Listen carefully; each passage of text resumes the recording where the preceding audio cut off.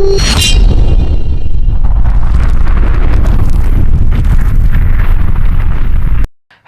Hunters, क्या हाल चाल है आप सभी के। आई होप आप सब लोग सही होंगे, पढ़ाई में व्यस्त होंगे और मस्त होंगे। आज के इस वीडियो के अंदर हम लोग बात करने वाले हैं साधारण ब्याज की।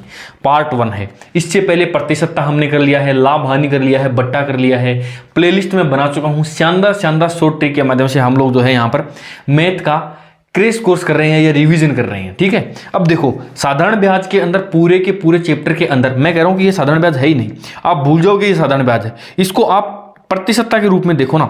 यदि आपने परसेंटेज, क्योंकि परसेंटेज वाले सारे के सारे कॉन्सेप्ट अपने क्लियर हैं, यदि नहीं है तो आप लोग जाकर के वो प्लेलिस्ट के अंदर आपको वीडियो मिल जाएंगे। आप साधारण ब्याज को एज ए प्रतिशतता ही देखिए, ये प्रतिशतता का ही एक पार्ट है और सारे के सारे क्वेश्चन उसी तरीके से हो जाएंगे जैसे हमने प्रतिशतता करा था। ठीक है, अब देखो आगे बढ़ते हैं। सबसे पहले मैं आपको बता देता हूं, एक तो साधारण ब्याज के और चक्रवर्ती ब्याज के बीच में अंतर क्या होता है वो थोड़ा सा जान लेना बहुत जरूरी होता है। देखो साधारण ब्याज क्या होता है और दूसरी तरफ चक्रवर्ती ब्याज क्या होता है। मैक्सिमम लोगों को, मैं मानता हूं कि 99% लोगों को यह पता है कि क्या साधारण ब्याज होता है और क्या चक्रवर्ती ब्याज होता है, लेकिन मैं फिर भी आपको बताता हूं। जिनको 1% लोगों को नहीं पता है ना, अपना तरीका यही है कि हम लोग जीरो लेवल से, यानी मैं ये मान के चलता हूं कि आपको कुछ भी नहीं आता है मैथ में, और फिर जो है मैं पढ़ाना स्टार्ट करता हूं ताकि ज़्यादा से ज़्यादा लोगों को ये सारी चीज़ें समझ में आई। देखो अब जो साधारण ब्याज है ना, साधारण ब्याज क्या होता है, बहुत ही साधारण तरीके से चलता है। ठीक है, मतलब इस साल जो ब्याज लगेगा अगले साल भी वही ब्याज, उसके बाद में भी अगले साल भी वही ब्याज। मान लो मैंने आपसे 1000 रुपये जो है साधारण ब्याज की 10% की दर से ले लिया। मान लो कितने, 1000 रुपये। ये क्या है, ये है मूलधन। मैंने आपसे 1000 रुपये उधार ले लिए। दर क्या है, दर है यहाँ पर 10% की दर है। ठीक है, और कितने समय के लिए लिया है ये फिक्स नहीं है। मान लो मैंने 4 साल के लिए लिया है आपसे, या 3 साल के लिए लिया है। तो देखो पहले साल 1000 का 10% कितना होता है, 100 रुपया। ये मुझे आपको पहले साल ब्याज के रूप में देना पड़ेगा। दूसरे साल फिर से मैं 100 रुपये ही आपको दूंगा। तीसरे साल मैं फिर से आपको 100 रुपये ही ब्याज के देने वाला हूँ। यानी 3 साल बाद में जब मैं हिसाब किताब करूँगा ना, मैं आपको 1300 रुपये पकड़ा दूंगा और बोल दूंगा कि साधारण ब्याज की 10% की दर से मैंने आपको ब्याज सहित आपके रुपए लौटा दिए। लेकिन चक्रवर्ती ब्याज थोड़ा सा अलग होता है। मान लो मैंने आपको वही 1000 रुपये आपसे मैंने उधार लिए और 10% का चक्रवर्ती ब्याज है, और मान लो 3 वर्ष का ही है ये। ठीक है, 3 साल के लिए मैंने आपसे ले लिया, तो पहले साल मैं आपको दूंगा कितने, 100 रुपये ब्याज के रूप में। यानी 1000 प्लस में 100 रुपये, यदि मुझे पहले साल में हिसाब किताब करना है। बट जब मैं 1 साल में ये नहीं दे पाता हूँ, क्योंकि मैंने ये लिए कितने, 3 वर्ष के लिए, ये आपसे ये 3 वर्ष के लिए जो है मैंने ये आपसे रुपए लिए हैं। अब ये 100 रुपये जो ब्याज की है ना, ये इस मूलधन के अंदर ही जुड़ जाएंगे। अब कितने रुपए हो गए, 1100 रुपये हो गए। और दूसरे साल मुझे 1100 का 10% देना पड़ेगा, यानी इस बार मुझे देने पड़ेंगे 110 रुपये 2 साल के बाद में। और फिर दूसरे साल का ये ब्याज, क्योंकि मुझे तो 3 साल बाद में देना है ना, तो दूसरे साल का ब्याज भी उसके अंदर ऐड हो जाएगा। और अब कितने हो गई, अब जो है 1100 के अंदर ये हो गए 1210 रुपये, और तीसरे साल के अंदर भी इसका 10% और इसका 10% 121 रुपये जो है वो हो जाएगा। और जब इसके अंदर 121 रुपये में जोड़ूंगा तो 1 3 3 1, यानी जहां पर मेरा काम 1300 रुपये के अंदर साधारण ब्याज के रूप में हो रहा था, वहीं चक्रवर्ती ब्याज में मुझे 1331 रुपये देने पड़ेंगे। 31 रुपये ज़्यादा देने पड़ेंगे। समझ में आ रही है ना बात। अब ये 1000 रुपये के अंदर 31 रुपये का क्या फर्क पड़ता है, शायद 1000 रुपये के ऊपर तो 31 रुपये का कोई फर्क नहीं पड़ता है। लेकिन यदि आप मान लो कि आपने 1 लाख रुपये या 2 लाख रुपये किसी से उधार ले लिए हैं और वो चक्रवर्ती ब्याज आपके लगा रहा है, और आप 5 6 7 साल तक वो रुपये दे ही नहीं पाते हैं, तो जरा अंदाजा लगा के देखो कि क्या फर्क पड़ता है साधारण ब्याज के और चक्रवर्ती ब्याज के बीच में, क्या फर्क होता है। समझ में आई ना बात। और अपन देखो दैनिक व्यवहार के अंदर भी हम रुपए किसी से उधार लेते हैं या किसी को देते हैं, तो मैक्सिमम साधारण ब्याज ही चलता है। ठीक है, कई बार हम लोग देखते हैं, जैसे हमने 3 साल के लिए ये साधारण ब्याज की दर के ऊपर हमने पैसे उधार ले लिए, और जब हम दे नहीं पाते हैं तो आगे वाला क्या बोलता है कि भाई साहब देख, तेरे पास में पैसे नहीं है ना तो मत दे, बट एक काम कर, एक बार हिसाब किताब कर ले बैठ करके। तो हिसाब किताब कर ले और फिर जो है आगे का और जो चलता रहेगा ब्याज।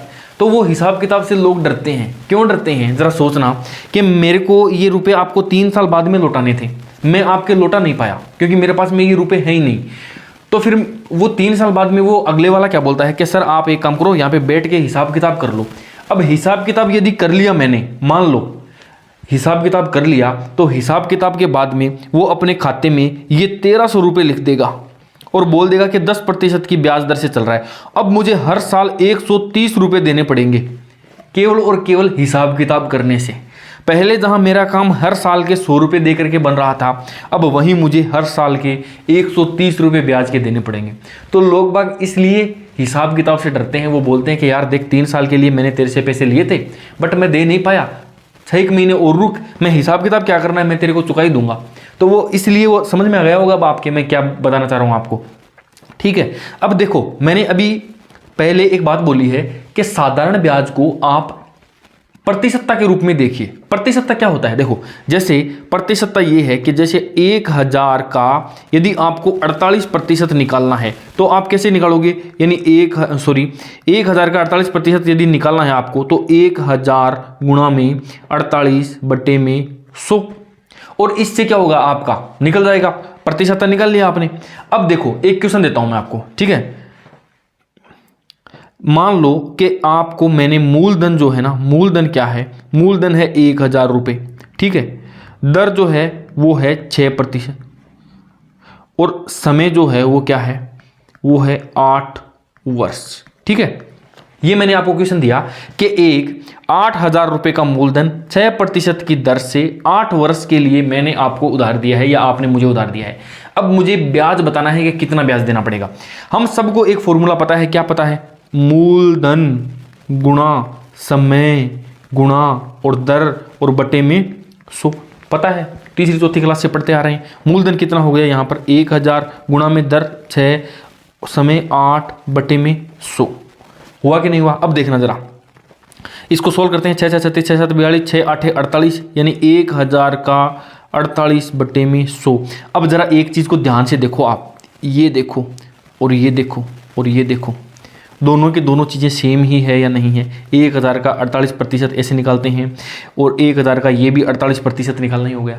दोनों की दोनों चीज़ें सेम है कि नहीं है। देखो मेरा कहने का मतलब ये है कि कल तक हम लोग क्या करते आ रहे थे, कल तक हम लोग करते आ रहे थे क्या, मूलधन गुणा समय गुणा दर बटे में 100। ये क्या था, ये था साधारण ब्याज।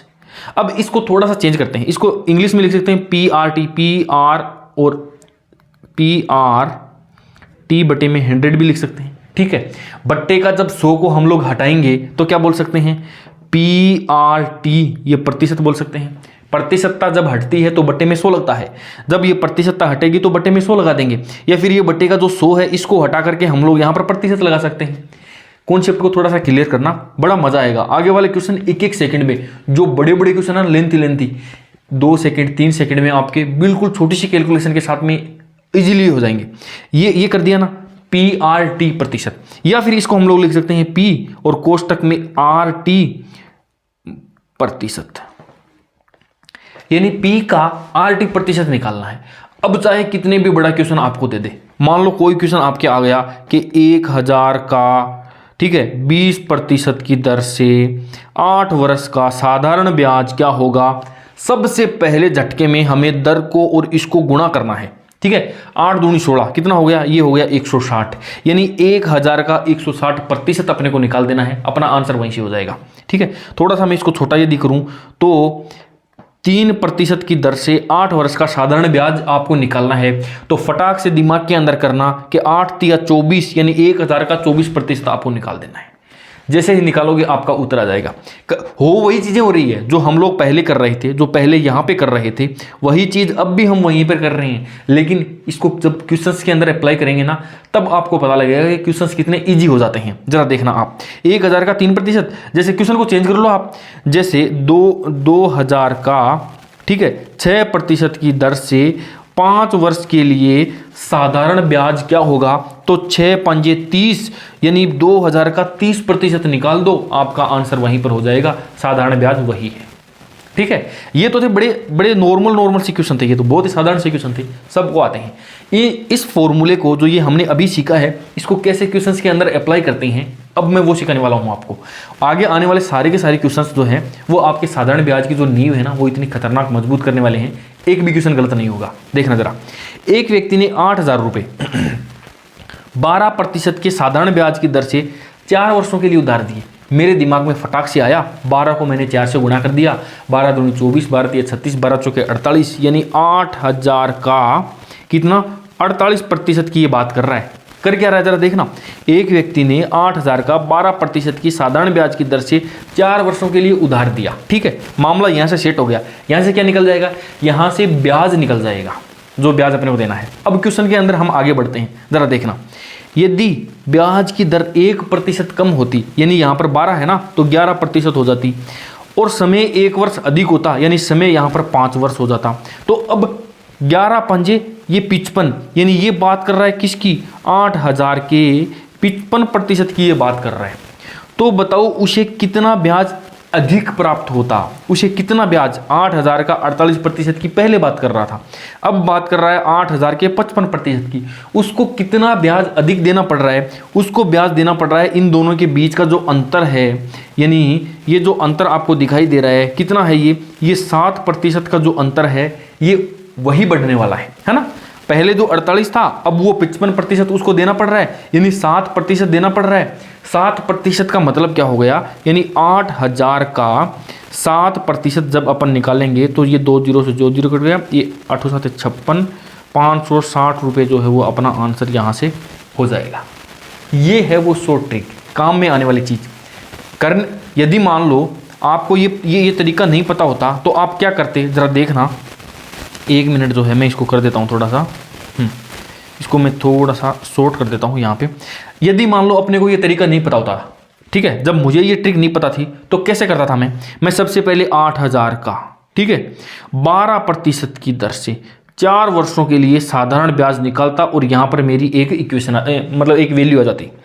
ब्याज की दर 1% कम होती, यानी 8000 का 11%, और समय 1 वर्ष अधिक होता, यानी यहाँ पर 5 और बट्टे में ये 100 करके यहाँ पर एक वैल्यू में निकाल लेता। ठीक है, फिर ये जो वैल्यू आई है इसमें से मैं इस वैल्यू को घटा देता, और यही 560 रुपये मेरा आंसर आने वाला था। तो कितनी बार कैलकुलेशन करनी पड़ती, 1 2 और तीसरा फिर इसका माइनस करते तब, और फिर ये उत्तर निकलता।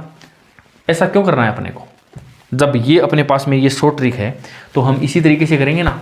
आगे वाला क्वेश्चन और देखना, जितने भी ये क्वेश्चन करेंगे ना आज, सारे के सारे इसी तरीके से करेंगे, और फिर पता लगेगा आपको मजेदार चीज़। एक हो सकता है बहुत सारे लोगों को ये ट्रिक ऑलरेडी आती हो, लेकिन जिन लोगों को पहली बार ये ट्रिक देखने को मिल रही है ना, मजा आ जाएगा उनको। एक व्यक्ति ने 15,000 की 6% की दर से 7 वर्षों के लिए उधार दिए, यानी 6 7 42, ये 15,000 का 42% की ये बात कर रहा है। ठीक है, यदि ब्याज की दर 2% अधिक होती, यानी अब ब्याज की दर कितनी हो गई 8%, और समय 1 वर्ष कम होता, यानी वो 6 हो गया, यानी अब वो बात कर रहा है 15,000 का 8 से के 48%। ठीक है, तो बताओ उसे कितना ब्याज अधिक देना होता, यानी वो इन दोनों के अंतर की बात कर रहा है। अंतर कितना है, ये 6% है। सीधा सीधा हम लोग 15,000 का 6% जब निकालेंगे तो 15 चौके 60, और ये 90, और ये 900 रुपये अपना जो है आंसर हो गया। ठीक है, ज़्यादा काटापीटी भी नहीं करनी पड़ती है, और ऐसा थोड़ा सा कॉन्फिडेंस भी आता है। इस तरीके से जब अपन करते हैं तो अपने को लगता है कि मैथ तो आ रही है अपने को, और चीज़ें वो की वही है, कॉन्सेप्ट वैसा का वैसा ही क्लियर चल रहा है अपना। ठीक है, प्रॉब्लम तब आती है जब मैं केवल और केवल ये डायरेक्ट बता दूं, भाई इसको जो है 7 वर्ष को इससे गुणा कर दो और इससे मल्टीप्लाई ऐसे ऐसे कर दो, फिर वो भूल जाते हैं।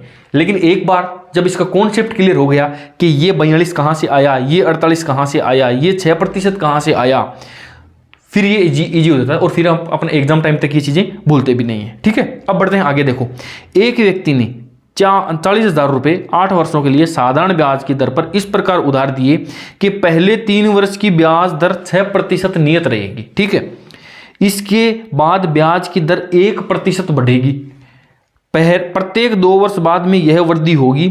8 वर्षों में कुल कितना ब्याज चुकाना होगा। एक व्यक्ति ने, थोड़ा सा पेचीदा क्वेश्चन है, चाहो तो आप वीडियो को पॉज कर लो, खुद ट्राई करो होता है कि नहीं होता है, फिर अदरवाइज मैं तो बता ही रहा हूं आपको। देखो, मूलधन कितना है ना, 40,000 रुपये।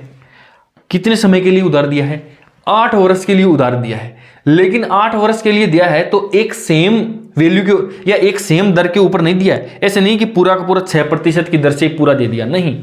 इसने बोला है 8 साल के लिए दे रहा हूं, लेकिन पहले दूसरे तीसरे साल तक ये 6% रहेगा, फिर अगले साल 1% की दर बढ़ जाएगी, लेकिन वो बढ़ी हुई दर केवल और केवल 2 वर्षों के लिए रहेगी, यानी 3, चौथे और 5वें साल के लिए ये 7% हो जाएगा। और फिर प्रत्येक 2 वर्ष बाद 1-1% वृद्धि होती रहेगी। सुनना जरा, ये बोल रहा है कि मैं आपसे लेने वाला हूं पहले, दूसरे और तीसरे साल तो मैं आपसे लूंगा 6%, यानी ये जो 3 वर्ष के लिए लेने वाला है 6%, फिर चौथे और 5वें वर्ष के लिए ये लेगा 7%, यानी 2 वर्ष के लिए ये लेगा 7%, छठे और 7वें वर्ष के लिए ये लेगा 8%, ये 2 वर्ष के लिए ये भी 8% ही लेने वाला है, ठीक है। और फिर 8वें वर्ष के लिए ये लेगा 9%, और ये 1 वर्ष के लिए होगा। और 8वें वर्ष के लिए 8 पर ही क्यों रुक गए, क्योंकि ये दिया ही कितने वर्ष, 8 वर्ष के लिए तो दिया था ये, तो 8वें वर्ष पे ही हम लोग जो है रुक जाएंगे। अब देखो टोटल कितना यहां पर हिसाब किताब बैठ रहा है, अपन जो समय और दर को गुणा करते थे वही यहां पर कर रहे हैं। हमारा 6 तिया 18%, तो 1 हो गया, यानी 3 वर्ष के लिए 18% देना पड़ेगा।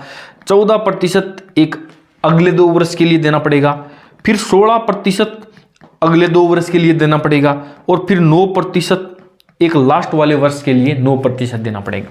कुल मिलाकर के यदि देखा जाए तो ये कितना हो गया, देखो जरा आप, ये तो 30 तो ये हो गया, और 9 तिया 27, 57% ये टोटल हो गया।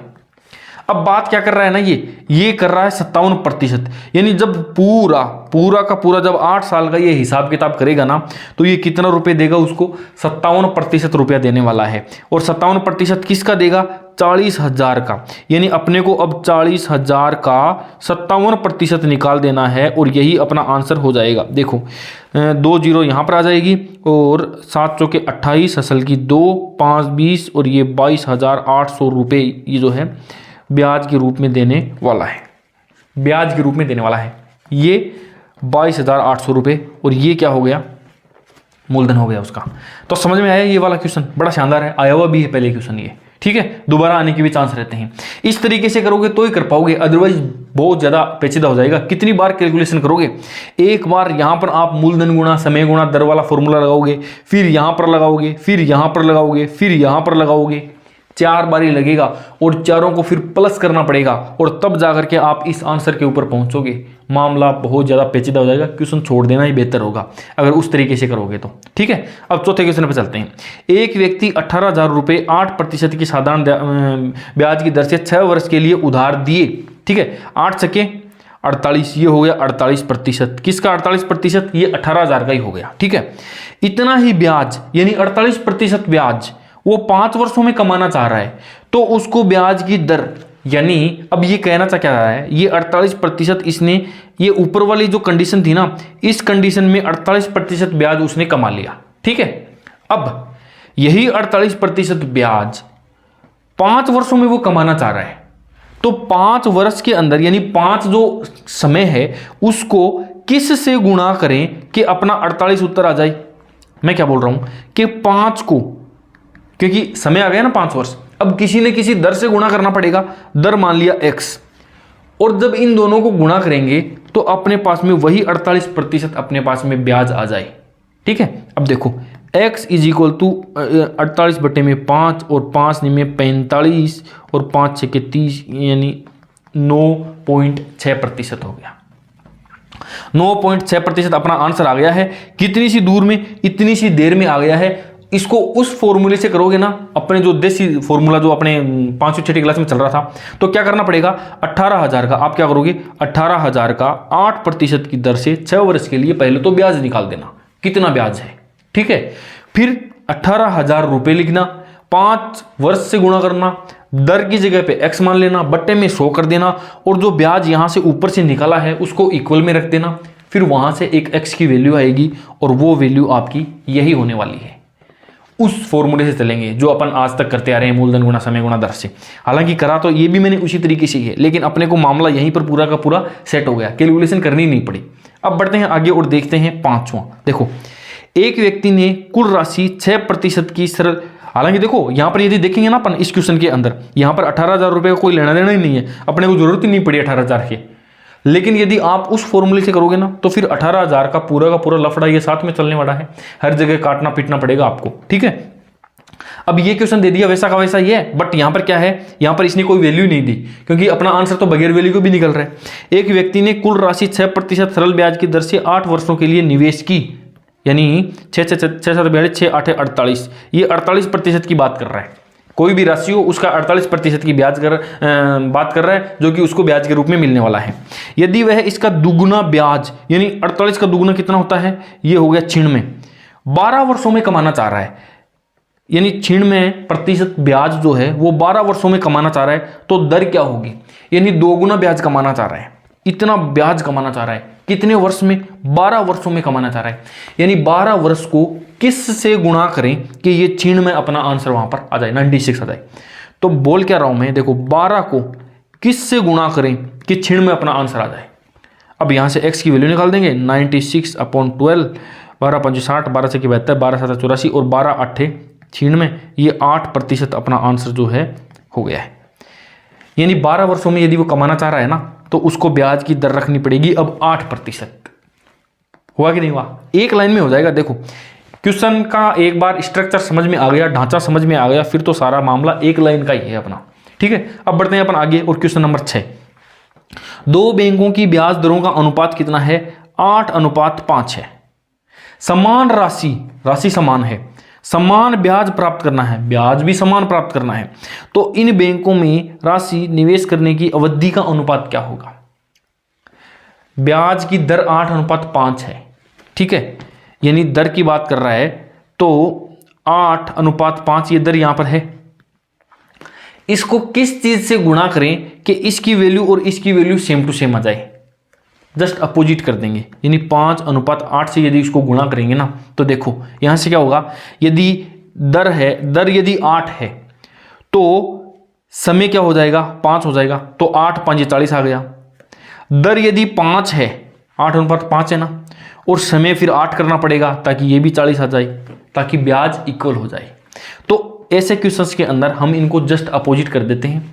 8:5 यदि दर है और ब्याज भी उतना ही है और मूलधन भी उतना ही है, तो समय इन बैंकों में राशि निवेश करने की अवधि जो है वो जस्ट रेशियो के अंदर जस्ट अपोजिट हो जाएगी। समझ में आई ना बात।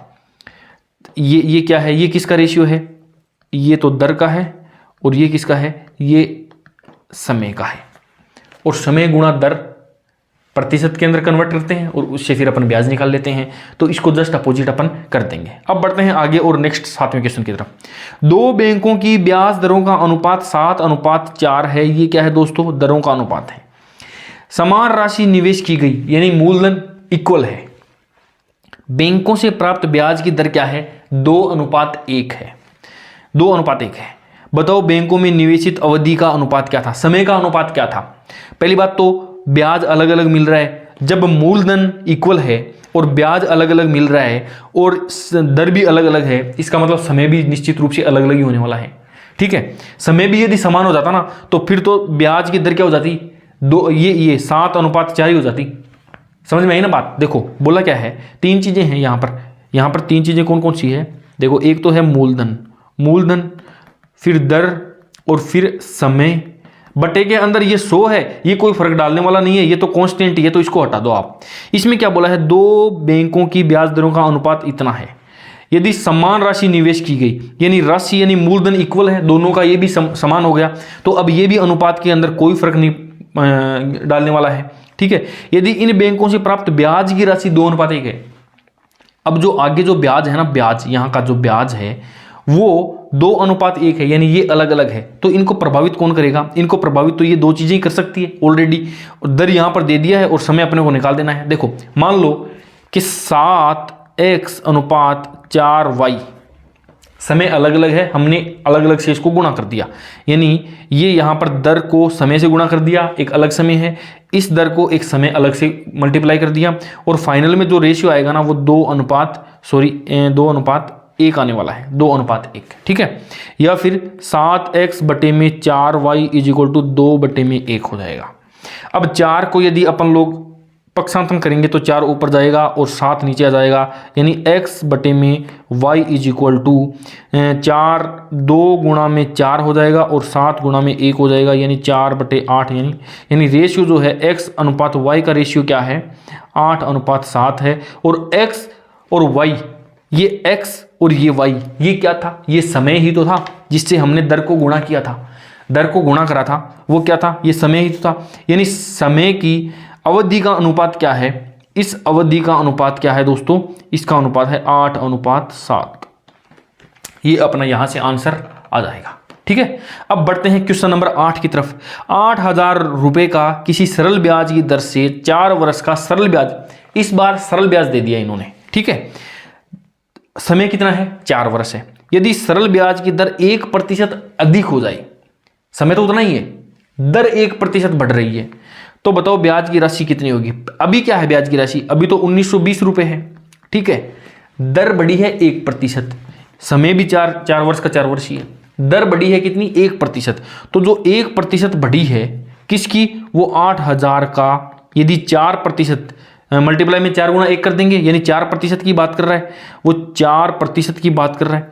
तो 8,000 का जब अपन 4% निकालेंगे तो अपना आंसर यहाँ से आ जाएगा। और क्या हो गया? 8 चौके 32, 320, इसके अंदर जब 320 जोड़ेंगे तो 0, 4, 9 और 3 12 और 2 यानी 2240 रुपये यहाँ से आ जाएगा। क्योंकि ये तो देखो ऑलरेडी देना ही पड़ रहा है, ये तो देना ही पड़ेगा। जब 1% बढ़ेगा, 1% की जब दर बढ़ेगी तो हमें तो दर को हमेशा समय से गुणा करना है, यानी 4%। 1% को 4 से जब गुणा करेंगे यानी 8,000 का हमको 4% निकाल देना है। तो 8,000 का जब 4% हमने निकाला तो आ गया 320। ये 320 क्या है? ये 1% दर बढ़ने के कारण जो ब्याज बढ़ गया है ना, वो बढ़ा हुआ ब्याज है 320 रुपये। पहले वाला ब्याज इतना ही था, वो तो देना ही था। अब बताओ ब्याज की राशि कितनी होगी? तो अब ब्याज की जो राशि है वो कितनी हो गई दोस्तों? 2240 रुपये हो गई। ठीक है, क्वेश्चन नंबर 9 की तरफ चलते हैं। 12,000 रुपये का किसी सरल ब्याज की दर से 6 वर्ष का ब्याज इतना हो गया। कितने वर्ष का? 6 वर्ष का। 6 वर्ष का जो ब्याज है वो 5,760 रुपये है।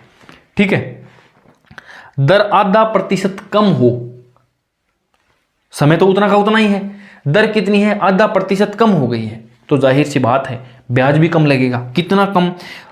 समय 6 है तो 6 गुणा 1/2 यानी 3% ब्याज इस बार कम देना पड़ेगा। और ये 3% किसका? क्योंकि दर यहां पर देखो कम हुई है ना, पीछे वाले के अंदर अधिक हुई थी तो हमने जोड़ दिया। इस बार दर कम हुई है तो हम 3% निकालेंगे। किसका? 12,000 का 3% जब निकालेंगे अपन तो 12, 24, 12, 36, 360 रुपये, और इसको इसमें से घटा देंगे। यानी मेन जो ब्याज था 5,760 रुपये, इसमें से 360 को जब घटाएंगे ये 5400 रुपये जो है अपना ब्याज अपने को देना पड़ेगा। दर यदि आधा प्रतिशत कम हुई है तो ब्याज कम देना पड़ेगा, दर यदि बढ़ा दी गई है तो ब्याज ज़्यादा देना पड़ेगा। समय तो उतना का उतना ही है, समय को तो हमें हर बार गुणा करना ही पड़ेगा। ठीक है, अब बढ़ते हैं अपन आगे और देखिए। कुछ समय में 4,000 रुपये 6% की साधारण ब्याज की दर से 5200 रुपये होते हैं। 5200 रुपये होते हैं, यानी ये क्या होते हैं? मिश्र धन की बात कर रहा है ये, ध्यान रखना आप, इसकी मिश्र धन की बात कर रहा है। मिश्र धन होता क्या है? मिश्र धन के अंदर 2 चीजें इंक्लूड होती है, एक तो होता है क्या? मूलधन, और एक होता है क्या? ब्याज। 2 चीजें इंक्लूड होती है। मूलधन अपने आप में क्या होता है दोस्तों? 100% होता है, और ब्याज क्या होता है? 20%, 10%, 24%, जो भी अपना ब्याज बनता है। जैसे 8 वर्ष 8% ब्याज और 3 वर्षों के लिए है, तो 8 या 24, और 24% क्या है? ब्याज है। मूलधन कितना है? 100% है, 100 का ही 24% क्या है? ब्याज है। मिश्र धन कितना है? मिश्र धन इन दोनों को जोड़ेंगे तो ये 124%। ये क्या है दोस्तों? ये है यहां से आने वाला अपना क्या? मिश्र धन। ध्यान रखना आप, मिश्र धन क्या होता है? मूलधन प्लस ब्याज होता है। ये काम में आने वाली चीजें हैं, आगे देखना कैसे आती है। कुछ समय में 4,000 रुपये 6% साधारण ब्याज की दर से 5200 रुपये हो जाते हैं। 1 वर्ष समय अधिक हो जाए, समय 1 वर्ष अधिक हो रहा है, यानी 1 वर्ष अधिक हो गया, 6 से गुणा करना पड़ेगा, यानी 6% अधिक हो गया। ठीक है, तो बताओ राशि क्या होगी? यानी अब वो 6% बढ़ाने की बात कर रहा है। पहले मूलधन ऑलरेडी 5200 रुपये, सॉरी मिश्र धन 5200 रुपये वो दे रहा था, और इस मिश्र धन के अंदर मूलधन भी था और ब्याज भी था। ठीक है, अब वो 1 वर्ष समय बढ़ा रहा है, दर तो उतनी की उतनी ही है, 6% ही है। यानी अब वो 4000 का 6% जब निकालेंगे तो 6 चौके 24, 240 और इसके अंदर 240 जब जोड़ेंगे तो 0, 4, 4 और ये 5 और ये क्या हो गया 5440 रुपये अब उसको देने पड़ेंगे। जहाँ पर पहले मिश्र धन ये था, आज का मिश्र धन ये हो गया है। समझ में आई कि नहीं आई? मिश्र धन वाला कॉन्सेप्ट समझ लेना। मिश्र धन के अंदर मूलधन और ब्याज दोनों चीजें होती है, और मूलधन को हमेशा ही 100% मानते हैं, होता ही है, और ब्याज जो है वो उसका जितना प्रतिशत बनेगा, ये 24% तो मैंने ऐसे मान लिया भाई। कोई क्वेश्चन है अपने पास में, जैसे 8% दर है और 3 वर्ष का समय दे दिया तो 8 या 24 हो गया, तो ये ऐसे हो गया। और तो फिर मिश्र धन कितना हो जाएगा? मिश्र धन हो जाएगा 124% उस क्वेश्चन के हिसाब से। यहाँ पर जितना भी जो बनेगा वो अपन इस हिसाब से कर लेंगे। ठीक है, अब चलते हैं आगे और देखो, किसी धन का 6% सरल ब्याज की दर से 4 वर्ष का ब्याज इतने रुपए है। यानी कोई धन है जिसका 6 चौके 24% जो है वो क्या है 1680 रुपये है। तो धन बताना है, यानी धन x की वैल्यू जब निकालेंगे तो 1680 गुणा में 100 बटे में ये 24 कर देंगे तो कितनी बार कटेगा ये 24, ये 7 बार जाएगा ये। ठीक है, 7000 रुपये यहाँ से अपना क्या हो जाएगा? धन हो जाएगा। ये तो बहुत ही जो है लो लेवल का क्वेश्चन है, मुझे इसको शुरुआत में डालना चाहिए था, पहले दूसरे क्वेश्चन के ऊपर। बट आप यकीन मान के चलो कि ऐसा नहीं होता है कि हर क्वेश्चन ही टॉप लेवल का अपने एग्जाम के अंदर आता है। बहुत सारे क्वेश्चन ऐसे आते हैं जो कि बिल्कुल ऐसे बच्चों वाले होते हैं। ठीक है ना, क्वेश्चन पेपर का जो पैटर्न होता है वो हमको पता है। 50% क्वेश्चन बिल्कुल ऐसे मिडिल टाइप के होते हैं, 20-30% क्वेश्चन बहुत ही इजी प्रकार के होते हैं, और 20% या 30% ऊपर का जो रेशियो होता है वो बहुत ज़्यादा हार्ड या जो तैयारी करने वाले लोग हैं वही उसको कवर कर पाते हैं। तो इस प्रकार के इजी क्वेश्चन भी अपने को देखने को मिल सकते हैं, कोई बड़ी बात नहीं है। पुराने पेपर उठा करके देखोगे ना तो पता लगेगा आपको कि मैथ के पेपर या मैथ के क्वेश्चन कितने ईजी आते हैं, ज़्यादा हार्ड नहीं आते हैं। ठीक है, 8% की साधारण ब्याज की दर से 6 वर्ष का ब्याज इतना है, तो 8 से के 48%, यानी ये 5760 बटे में 48 गुणा में जब 100 करेंगे तो जब इसको काटेंगे इससे तो कितना आएगा?